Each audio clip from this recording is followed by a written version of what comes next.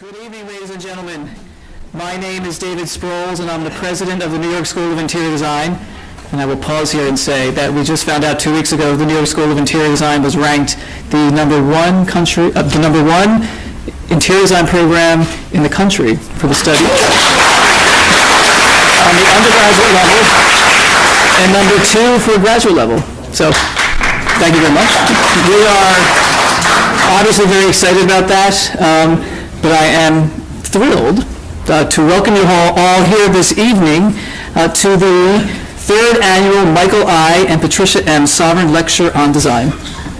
This special program is made possible by a generous grant from our chairman of the board, Patricia Sovern, and her husband, Michael, right here. Thank you. The lecture will be followed by a reception in our gallery space, so please join us afterwards. So tonight we're going to present the architect, Deborah Berke. She's the partner of the New York-based architecture and design firm Deborah Berke Partners, which she founded in 1982. Work designed by the firm includes several award-winning projects, the Yale School of Art's Holcomb T. Green Jr. Hall, 48 Bond Street, a residential building in Manhattan, and the Bard College Conservatory of Music. This past July, Deborah was appointed the Dean of the Yale School of Architecture, where she has been an adjunct professor since 1987. She's the first woman to hold the position, succeeding Robert A.M. Stern, who had served as the dean since 1998, and actually who gave this lecture last year. There's continuity in there somewhere. Deborah has also taught at the University of Maryland, the Rhode Island School of Design, the University of Miami, the University of California at Berkeley, and the Institute for Architecture and Urban Studies, of which she was a fellow. In 2013, Deborah was awarded the inaugural Berkeley-Rupp Architecture Prize by the University of California, Berkeley, which is given to an architect who has advanced the position of women in the profession and whose work emphasizes a commitment to sustainability and the community. Deborah is a fellow of the American Institute of Architects, a trustee and vice president of the Urban Design Forum, a James Howell Foundation board member, and she serves on the Yaddo Board of Directors. Deborah and her firm are the subject of 2 recent books. House Rules, a book on the firm's residential architecture published by Rizzoli, and Working, which focuses on the firm's workplace designs, published by Artifice Books on Architecture and coming out in November, so stay tuned. In 2008, Yale University Press published a book focusing on the firm's work titled Deborah Berke, the first book on a contemporary American architect to be published by this esteemed academic press. Deborah is the co-editor with Stephen Harris of The Architecture of the Everyday, published by Princeton Architectural Press in 1997. Deborah earned a BFA and Bachelor's of Architecture from the Rhode Island School of Design and a Master's of Urban Planning and Urban Design from the City University of New York. Wow. I think I've said enough, and can I say anything else except, Deborah, please, the podium is all yours. So, thank you.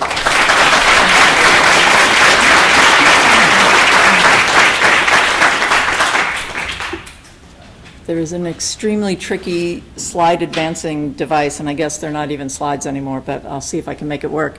Thank you very much. It is a pleasure to be here, especially in 2016, which is the centennial year of the New York School of Interior Design, the foremost interior design school in the country, and I want you to know that I wrote that down before you made that announcement a couple of minutes ago, so it's definitely a known fact. So congratulations on both that ranking and a happy birthday. Thank you to the Soverns. I'm honored to be your lecturer this evening.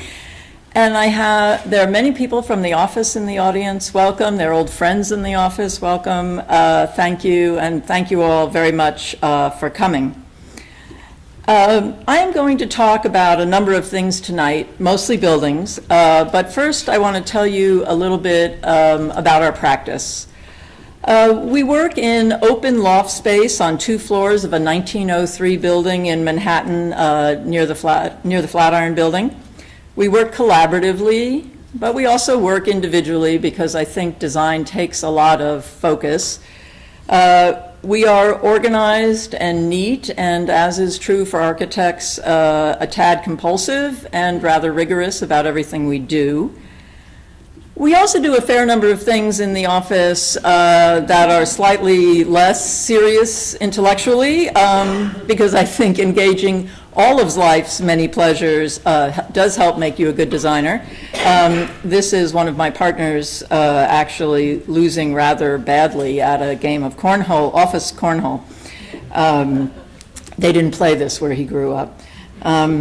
We work on paper, by hand. We work digitally in every format possible. I use the word "we" very broadly in that instance because I am the wrong generation to be working digitally, but everybody else in the office does. And we use every software imaginable, and some of our behind-the-scenes stuff is not as neat as the rest of our stuff. We make a habit of not hanging up pictures of our own work in the office, similar to the having good time.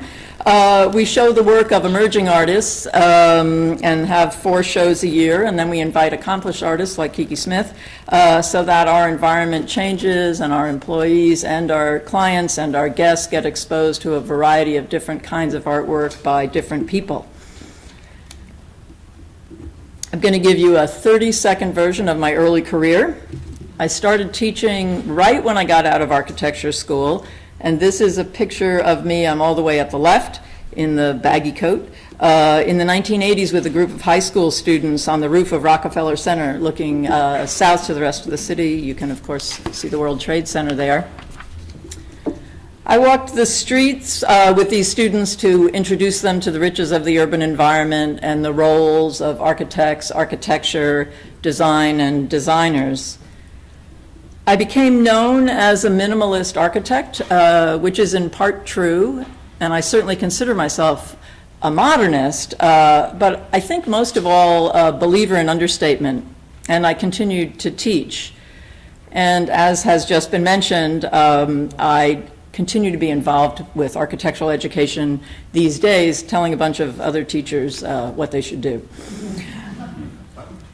I have created spaces like this, and also ones like this, because I think part of the richness of being an architect is working with and listening to and learning from the many brilliant and interesting people you work with and for.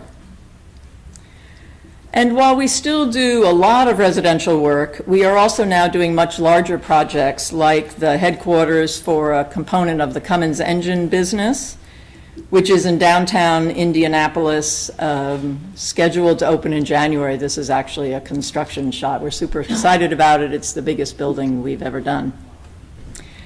And we do a lot of work on college campuses, mostly for fine arts and performing arts programs, and this is a building at Bard for their music conservatory. We build houses all over the country, and we do a lot of lofts, even though old-style lofts aren't around that much anymore, and a lot of offices in New York City. But enough about us for just a minute. Let's talk about these guys.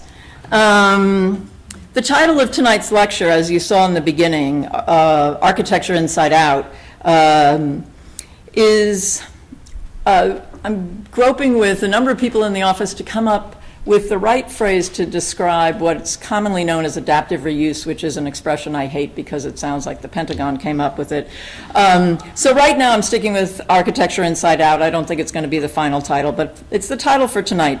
And it refers to our separated by decades collaborations with these men. It's an adaptive reuse with an emphasis on the imaginative, inventive, sustainable, creative ways of reimagining, re-inhabiting, and reconceiving existing buildings. I think you could call it alchemy. Some of these guys you might recognize, McKim, Mead, and White. Mr. Blount, maybe not so much, but you'll see a boat he designed near the end of the talk. I divided the projects up by program type tonight, so starting with buildings for the arts, because we really like making buildings, designing buildings where things get made and where the creative activities of others really, that's most important, get to take place. So this building, designed by the great American architect Louis Kahn, was the Jewish Community Center in New Haven, Connecticut. It was bought by Yale long after the crowds had diminished. In fact, the building had been abandoned.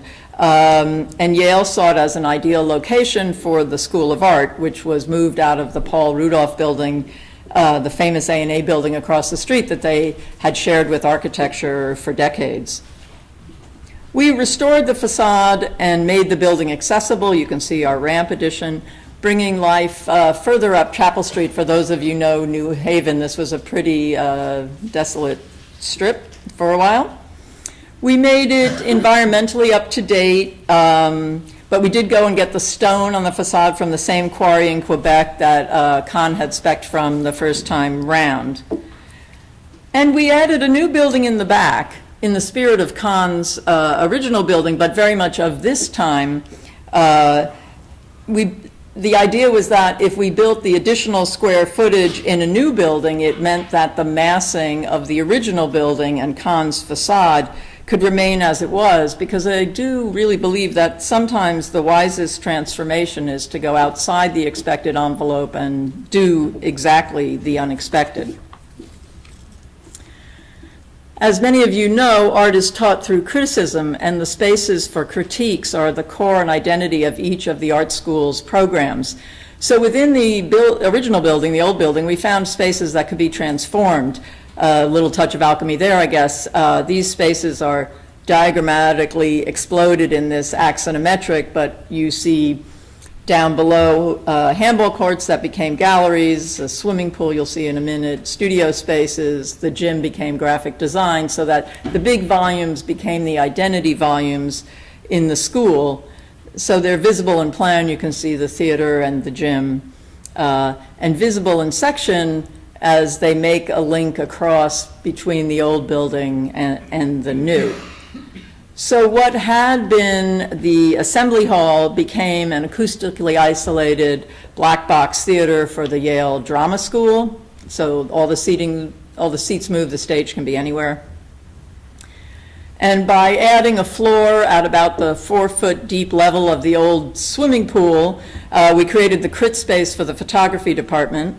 We felt that the memory of each of these spaces was important. We couldn't figure out how to recreate the old smell of chlorine, but we did keep, everybody has seen these color green tiles in every old swimming pool you've ever been to, and I'll tell you one little parenthetic story quickly about what we tried to do for the entire endless duration of construction. The no running, no diving, no running, no diving, black letters that went all the way around the perimeter of the room were protected by plastic and tape.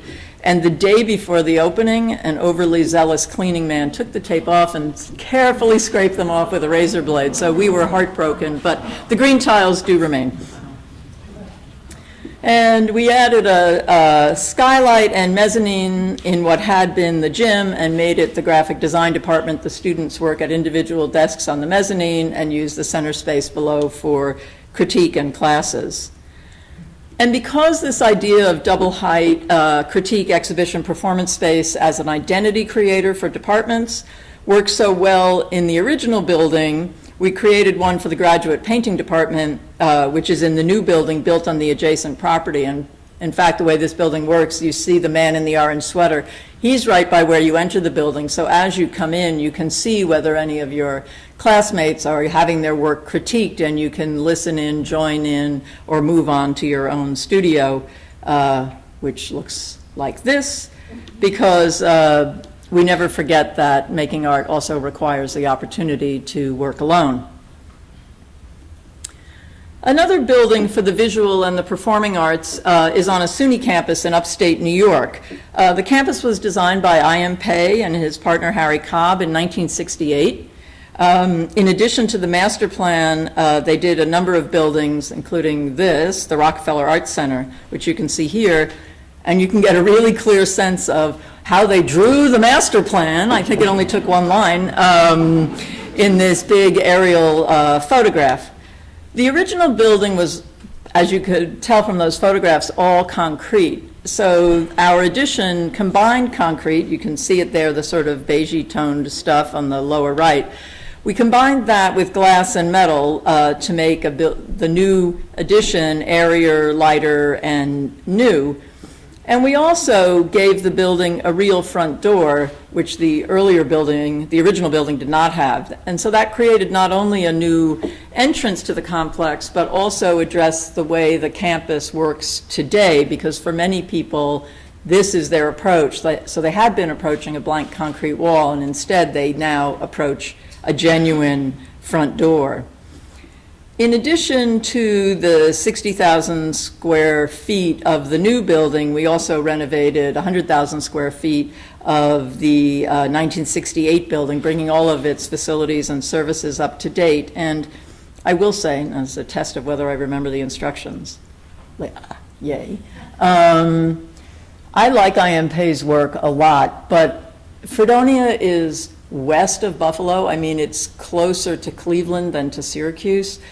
It's cold there, and this is an internal courtyard where I swear to you the snow doesn't melt until July, and you kind of snuck your way into this building. So great idea for a different climate. This is where the new front door of the building is. So as I said, our addition hides what had been an utterly blank and unbroken concrete facade, which you can see here in plan where the new spaces are and where the original theaters are. We decided that we would riff on Pei's concrete by using the same wooden form board pattern and rotating it 45 degrees. But we also felt it was really important to allow a lot more daylight in the building, both for the pleasure of working in those spaces and for environmental reasons, more activity by daylight. So not only are the rooms better to teach in, this is during construction, but the path through the building is much more legible and much more self-evident. So this is the lobby, part of the lobby, and this is that big dance studio we were looking at from the outside. Students actually started using the building, both our addition and the renovated Pei building, at the beginning of the semester, and we are actually going to be there on Friday for its official opening, which is super exciting. Now, this is an old New York City public school designed by a master architect, actually, by the name of C.B.J. Snyder, very famous. He did many, many New York City public schools, as in hundreds and hundreds of them. Having worked a little bit for the government of the city of New York, I can say that he must have been one brave and had a lot of fortitude, this guy. Anyway, at the turn of the last century, he did public schools all over the city of New York. You know what they look like. They're completely identifiable as New York City public schools. This one was abandoned by the city of New York in the early 70s and then taken over by artists in a kind of guerrilla action to use it for creative space. So we are now in the process of transforming, adding to, and reconceiving this building for the New York City Department of Cultural Affairs. They own it for real, and the idea is that it would be safe, code compliant, home for all of the arts organizations and community organizations that use these spaces. We had two big ideas.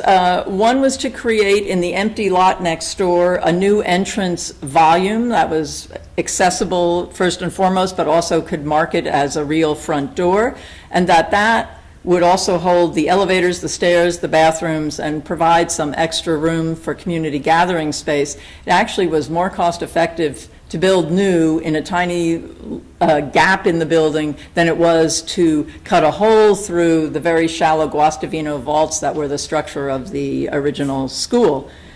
The other thing we decided to do was the counterintuitive thing and put the theater on the top floor. Because we had the chance then to remove the roof and raise the roof and actually give them proper ceiling height for theatrical productions. They had been, Mabu Mines and Performance Space are both in this building, and they had been working in theater space that had low ceilings and columns, so somewhat limiting on what one was able to do. Our addition, which is under construction here, is clad in perforated metal, and it will glow when it's occupied. Integrated into the architecture is a piece by a German artist named Monika Getz, And the piece is actually of lights that will pulse gently, visible through the perforated metal to reflect the pace of activity within the building. So there are studios for artists in a residency program called Painting Space. There are theaters, as I said, for Performance Space and Mabu Mines. And this is what that top floor theater space will look like. And this is what the project will look like in the day and in the evening on First Avenue. I hope you'll come. It's expected to open in 2017. Now, no one can work in New York City, at least my experience has been, without doing residential projects, and I'd like to think that we do transformative residential projects because all of us in New York are always looking for more space. In this instance, in a 1929 building on the way east part of the Upper East Side, the project was to connect two small bedrooms on the second floor, a small two-bedroom apartment. That didn't come out very well. Connect a small two-bedroom apartment on the second floor with a reconceived all the way down to the steel frame renovation of a nasty one-bedroom maisonette on the ground floor below. So this diagram shows the connection and the transformation of the two units, turning them into what is now essentially a little three-bedroom house at the base of a Manhattan co-op. This is the stair in the entry hall, along with an exhausted dog, exhausted from going up and down the stairs all day. And this is the living room. The photographs are by Ronnie Horn. And the dining room. All of this was invented from whole cloth, so the windows, the doors, the walls, everything is new. And a view from the teeny tiny backyard looking back into the apartment.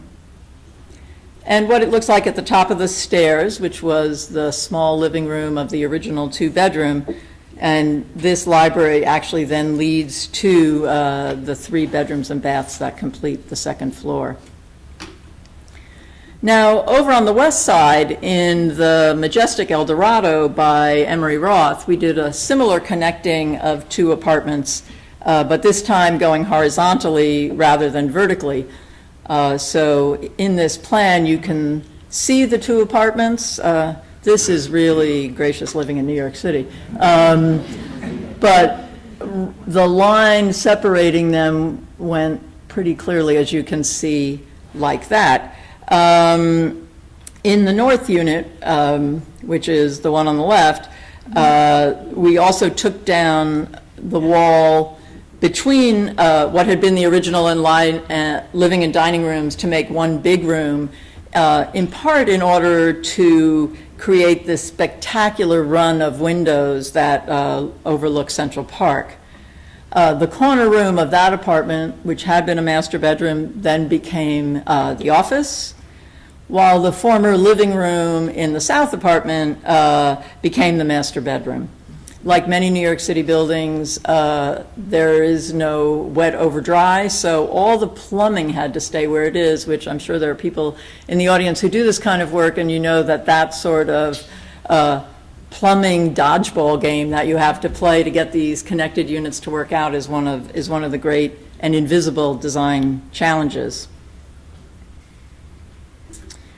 New York City is not the only city where buildings are transformed, and in this building, this curiously shaped building known as the Wardman Park Annex and Arcade, a building where, among countless others, Herbert Hoover and Lyndon Johnson both lived, not at the same time, when it was a residential hotel built, actually I thought it was the 1920s, but we say 1917 up there, so we'll go with 17. We are transforming this building into a building of large residential condominiums. It is on Woodley Avenue in Washington, and as you could tell, this is a really hideous picture, and we take no credit whatsoever for the outside, which I personally think is hideous. But as you could see from the aerial photograph and this site plan and this more detailed plan, the building is shaped like a cross, which worked very well when it had 350 hotel rooms. Nobody's room looked at anybody else's rooms, and the corridors weren't actually all that excruciatingly long, but it became a really tough problem to solve when we were trying to lay out 6 or on the upper floors 4 generous residential units, because of course the place where you want to get to, the place that has the views, is down here at the end, and of course you get off the elevator somewhere in there. This is what one of the more close-up version of what the plans look like of one of the 6 per floor units, and you can see what we tried to do was make a hallway that broke into smaller spaces, including a kind of gallery space, so that the procession didn't feel just like an endlessly long hall. And on this, the whole arm of the cross kind of version, the same thing is going on, that the path to the room with the great view ends up being broken into a series of galleries. So this project is currently under construction. This is a rendering of what the lobby will feel like. It is octagonal shaped. And what you're going to see here are a combination of photographs and renderings of both the model apartment and the future larger apartments. This is one of those big living rooms all the way at the end, and the building is tall and it's on a hill, and it does offer views of Washington you really can't get anywhere else. The dining room and the big kitchen. Now, we have had an incredibly good time and some interesting and unusual travels to places probably most of you don't get to go, like Oklahoma City and Bentonville, Arkansas, in reimagining old buildings into new hotels. And Terrence Schrader, who is one of the senior people in my office, who is the lead on these, so a shout out to you, Terrence, as I talk about these hotels. Maybe some of you have stayed in the first hotels I'm going to show. So the 21C Museum Hotel folks, based in Louisville, Kentucky, we have been working with them since they opened their very first hotel in Louisville 10 years ago.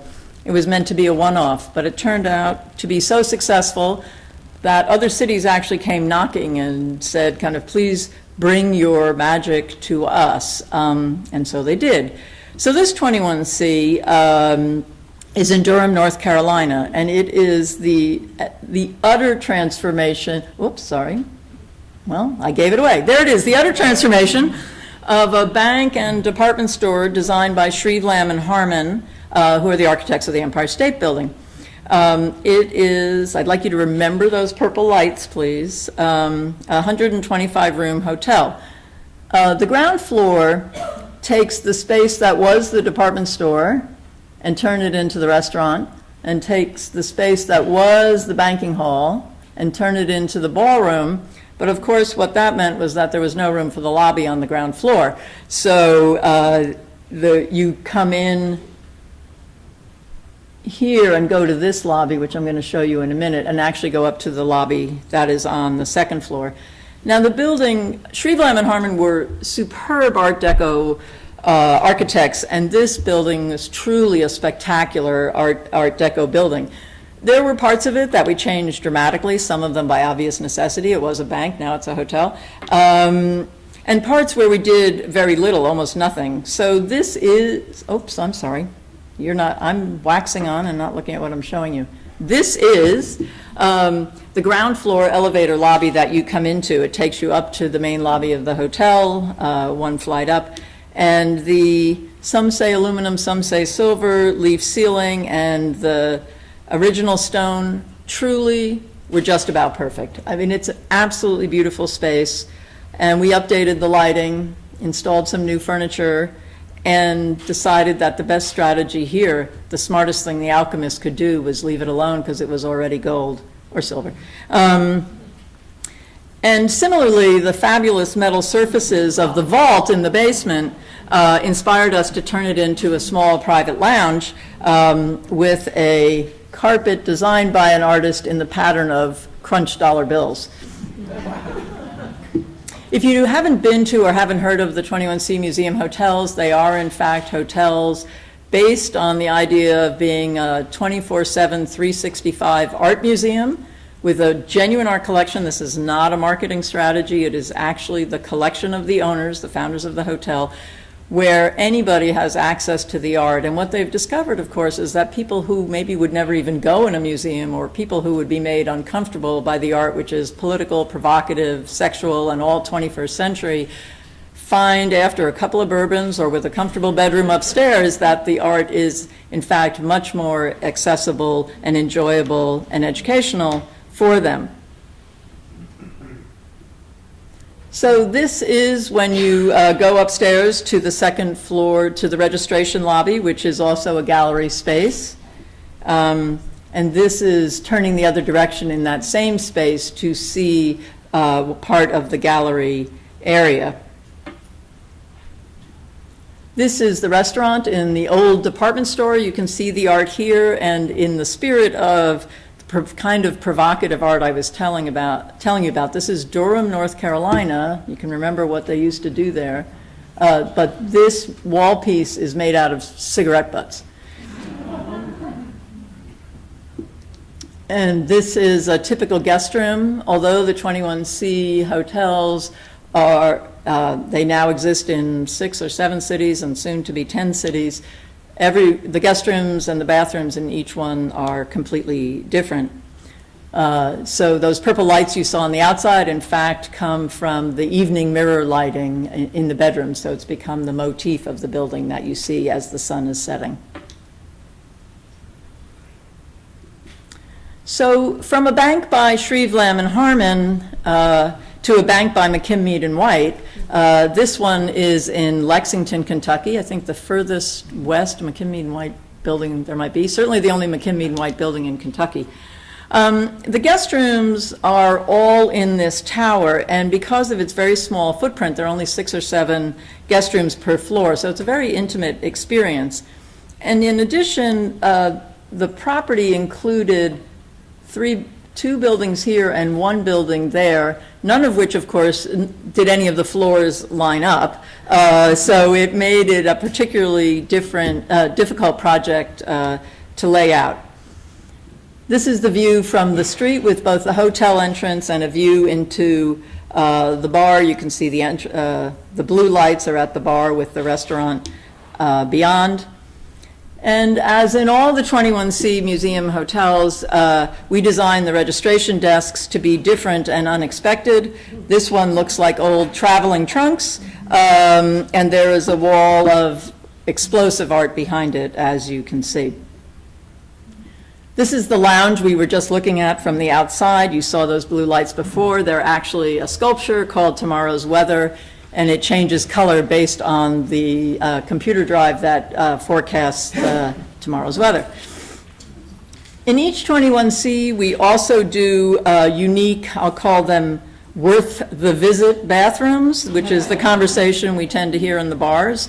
In this one, simultaneously pushing, whoops, sorry, now I gave away the whole, this thing is so counterintuitive. All right, there we go.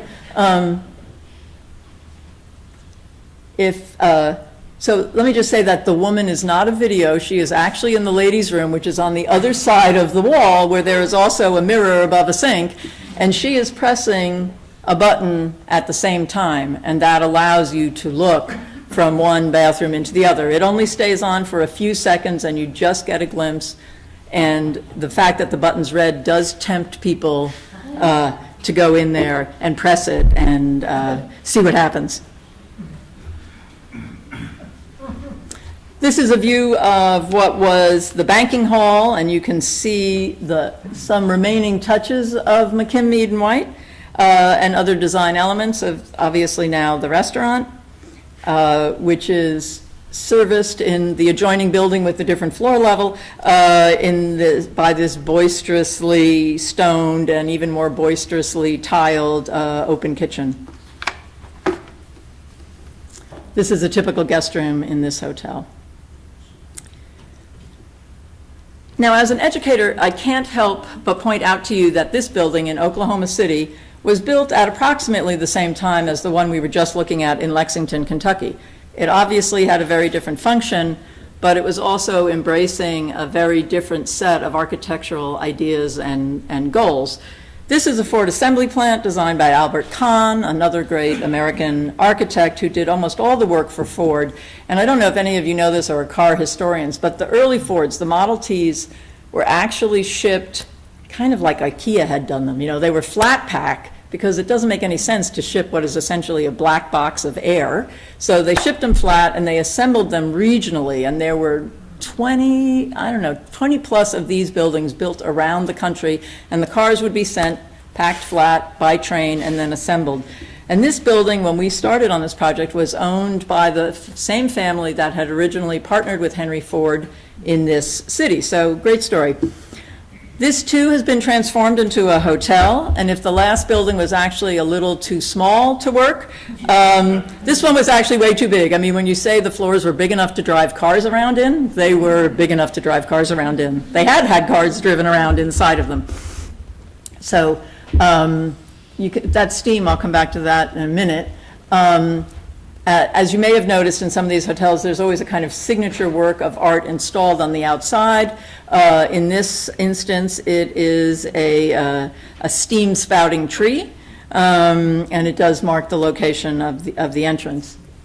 This is the lobby, and you can see here, and in this image, that the registration desks actually look like rolling toolboxes that mechanics use. And you'll see in the ceiling a skylight, which relates to some of the work we did further up in the building. Also on the first floor in this building is a ballroom, and we made this one round in the spirit of the wheel, of course, for automobiles. It seemed the building was all about wheels and assembly lines. And also to show off, by leaving them freestanding, the massive concrete columns that are the structure of the entire building. And you can see in the floor here, it's a laser-cut aluminum surface designed by an artist set into the new concrete floor and defining the area that is actually the ballroom. This is the bar. And this is what one of those light wells looks like as it goes up through the building. And I will say, we were so entranced by these columns that we tried never to hide them with a wall, but actually to allow you, this is about a quarter of the length of the building, to see an entire stream of them go the full city block that the building runs.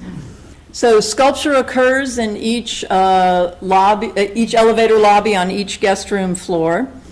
And there are, in fact, a few guest rooms that look into those glass block air shafts rather than looking out to the street. And those rooms look like this. So they're quite light-filled and pretty cool in their interior.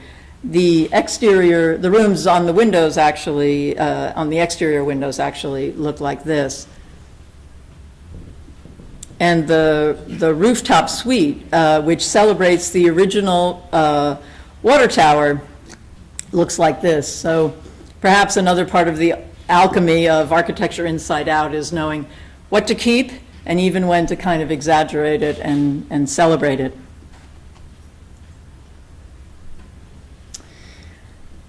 Among the most famous architects on that first slide that I showed you, in addition to McKim, Mead, and White, was H.H. Richardson.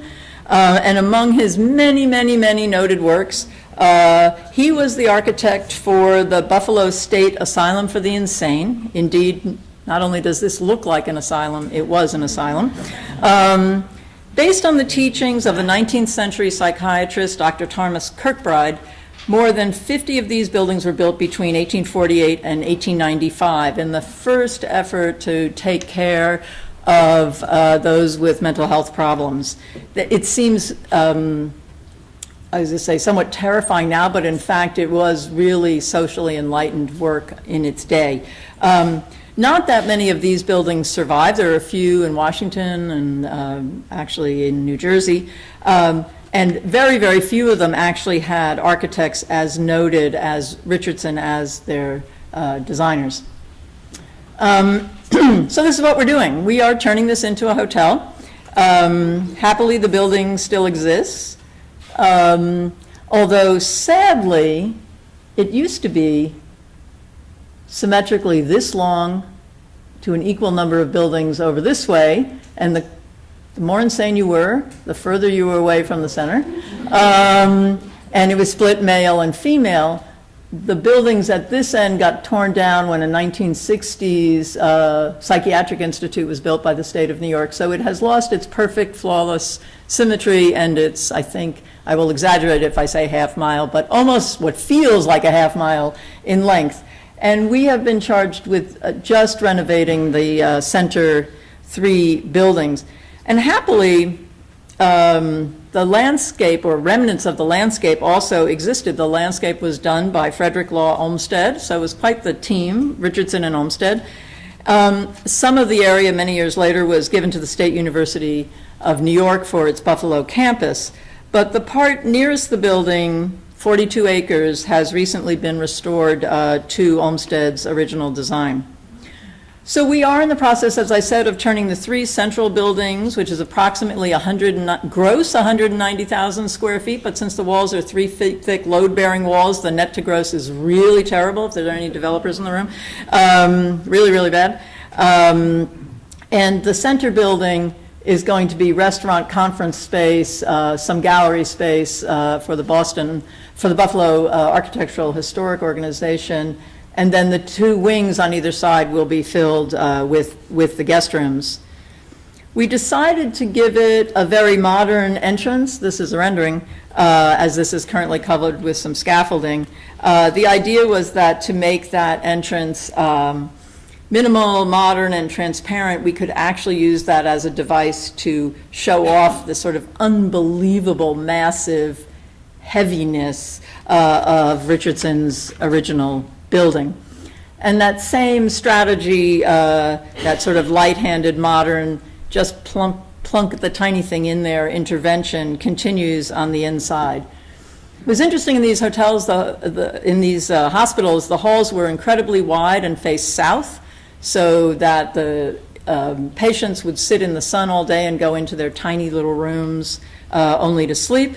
So we kept those original hallways, and in order to make the layout of the rooms work, added these bumps, which seemed to feel of the period. And this sketch rendering shows some of the suites which occur up inside the roof rafters at the top floor of one of the buildings. I'm not going to show you any more of this project. It's currently in a rather chaotic state of construction. But I do hope you will go see it when it opens. There's a lot of great architecture in Buffalo. It's worth a trip. And this will open next year. And they're going to name it the Hotel Henry. So who doesn't like a hotel named after an architect? I think that's really great. Now, I've been speaking for a long time. I hope you've enjoyed some of the pictures. I hope it made some sense, this idea of alchemy and architecture inside out. I showed you a few of the new things we're working on, and then really moved into a sort of run of 10 projects that are transformations of old buildings. That's not because that's the only thing we do, as I hope I've made clear, or even the thing that I care most about on most days, but I do care about it a lot. But I think the idea was to focus on this idea of architecture inside out, this idea of alchemy that is the architecture of dramatic, functional, and spatial rethink that's a part of this cross-decade, and in fact, in the case of Richardson, cross-century kind of collaboration. Because I think that this alchemy involves a healthy mixture of memory and material and place. And I think that memory has to be thought of as not nostalgic, but rather memory augmented by imagination, which I really think in some ways is what all architecture is. It's the transformation of something common into something precious and perhaps reflective. old buildings and building materials, both old and new, and even daylight itself in some ways is common stuff, and it's architecture that makes them precious. I think, or I believe, I should say, that the key to our philosophy of practice is acknowledging that the whole endeavor is a collaborative one with current collaborators and consultants and clients and users, and also with the past long-dead collaborators and creators whose buildings can be canvases for something entirely new. I often think that being an architect is more akin to being a playwright than being a painter, because you are dependent on the skills and commitments of others and the work of others for the realization of your work. I do strongly believe that architecture and design of any kind is not problem solving like a math problem, but problem solving like that playwright, like weaving it all together, making something that you really believe in and something that in turn can express your beliefs. I didn't talk today about sustainability. I didn't mention LEED requirements or the Living Building Challenge or anything like that. That stuff is really important, but and we do it, and I think all designers should do it just as a matter of course, like keeping the rain out. And in showing you this work, with the understanding that reusing old buildings, embracing natural life and local materials and crafts is in itself sustainable activities. Allowing people to age in place and communities to grow and prosper, like the 21C hotels help do, that's also part of sustainable practice. To talk about making architecture is to talk about doing many things simultaneously, many of them not so much fun either, like building codes, zoning codes, ADA, the Landmark Preservation Commission, who we really should be friends with, LEED, landmark districts everywhere, SHPO, you name it. There are the irrational expectations of clients, the conflicting expectations of multiple clients, and my personal least favorite, of course, that as an architect, is value engineering.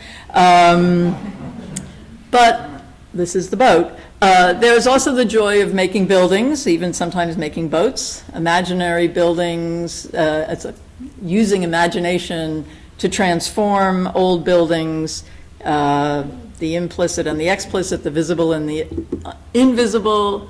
I think perhaps I like most the absolutely unpredictable but then inevitable decision you make as a designer that makes everything right, because I think that's alchemy, and that's what it means to do this. So thank you very much.